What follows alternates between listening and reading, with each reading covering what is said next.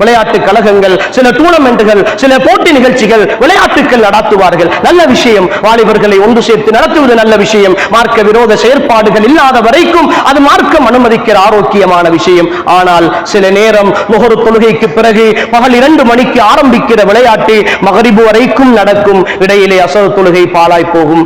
மைதானத்தில் இருக்கிற யாரும் பள்ளிக்கு போக மாட்டார்கள். மைதானத்தில் இருக்கிற யாரும் பள்ளிக்கு போக மாட்டார்கள். ஆனால் அத்தனை பேரும் வயதுக்கு வந்த ஈமானிய சகோதரர்கள், அல்லாஹ் பாதுகாக்க வேண்டும். சகோதரர்களே, அந்த மைதானத்தில் இருந்து மகரிபு தொழுகையுடைய நேரம் நீங்கள் வெளியேறுவதற்கு முன்னால் மௌத்தாகினால் காபிர்களாக மௌத்தாகுவீர்கள். தொழுகையை வேண்டும் என்று விட்டுவிட்டு மௌத்தாகினால் காபிர்களாக மௌத்தாகுவீர்கள். அதனால் தான் அந்த நிகழ்வுகளை ஏற்பாடு செய்கிற அந்த நிறுவனங்கள் அல்லது விளையாட்டு கழகங்களுக்கு நாங்கள் பணிவோடு சொல்லுகிற ஒரு விஷயம், நீங்கள் இவ்வளவு செலவழிக்கிறீர்கள், நீங்கள் மேடை போடுவதற்காக செலவழிக்கிறீர்கள், அட்டடிப்பதற்காக செலவழிக்கிறீர்கள், கிண்ணங்கள் வாங்குவது, பரிசில்கள் வாங்குவதற்காக செலவழிக்கிறீர்கள், கேடயங்கள் வாங்குவதற்காக செலவழிக்கிறீர்கள். தொழுகைக்கு ஒரு சிறிய அட்டை அடிப்பதற்கு செலவழியுங்கள்.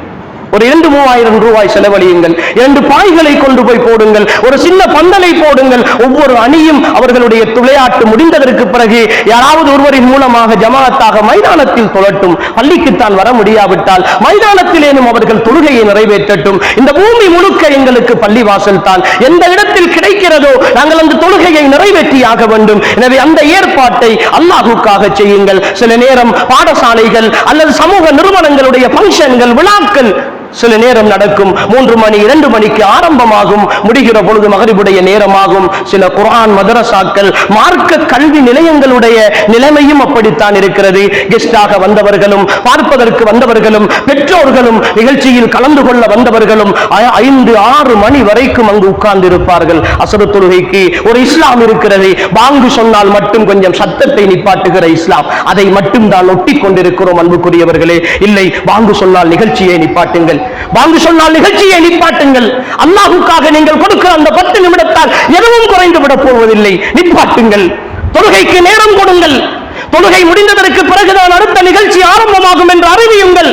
இருக்கிற ஒவ்வொருவரையும் முடியுமாக இருந்தால் அந்த சபையில், அந்த இடத்தில், அந்த மண்டபத்தில் தொழுகைக்கான ஏற்பாடுகள் செய்ய முடியுமாக இருந்தால் செய்யுங்கள். இல்லை என்றால் பக்கத்தில் பள்ளி வாசல்கள் இருந்தால் அதற்குரிய ஏற்பாடுகளை செய்யுங்கள். ஆண்களும் பெண்களும் தொழுவதற்கான ஒழுங்குகளை ஏற்படுத்துங்கள். அப்படி செய்யாமல் நீங்கள் செய்கிற எந்த மார்க்க நிகழ்ச்சிகளாக இருந்தாலும், எந்த சமூக நிகழ்ச்சிகளாக இருந்தாலும் அது தோல்விதான், தோல்விதான் என்பதை தெளிவாக பதிவு செய்கிறோம். அன்புக்குரிய சகோதரர்களே, அநியாயத்தை செய்யாதீர்கள். அத்தனை பேருடைய பாவத்தையும் அள்ளி கட்டி கொண்டு போகிற பாவம் அது.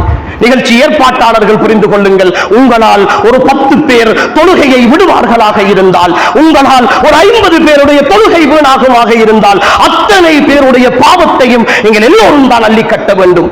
அல்லாஹ்விடத்தில் பதில் சொல்ல வேண்டும். அல்லாஹ்விடத்தில் பதில் சொல்ல வேண்டும். அன்புக்குரியவர்களே, அல்லாஹ்வை பயந்து கொள்ளுங்கள். அல்லாஹ்வை பயந்து கொள்ளுங்கள். ஒரு பயணம் போகிறோமா, திட்டமிடுங்கள். தொழுகைக்கான நேரத்தை திட்டமிடுங்கள். ஒரு சுற்றுலா போகிறோம், பாடசாலையால் போகிறோம், நண்பர்கள் வட்டத்தால் போகிறோம், குடும்பங்களால் போகிறோம். எந்த இடத்தில் தொழுவது? முஹரையும் அஸரையும் எந்த இடத்தில் தொழுவது? மக்ரிபையும் இஷாவையும் எந்த இடத்தில் தொழுவது? சுபஹுக்கு முதல் போகிறோமா, சுபஹை எந்த இடத்தில் தொழுவது? திட்டமிடுங்கள்.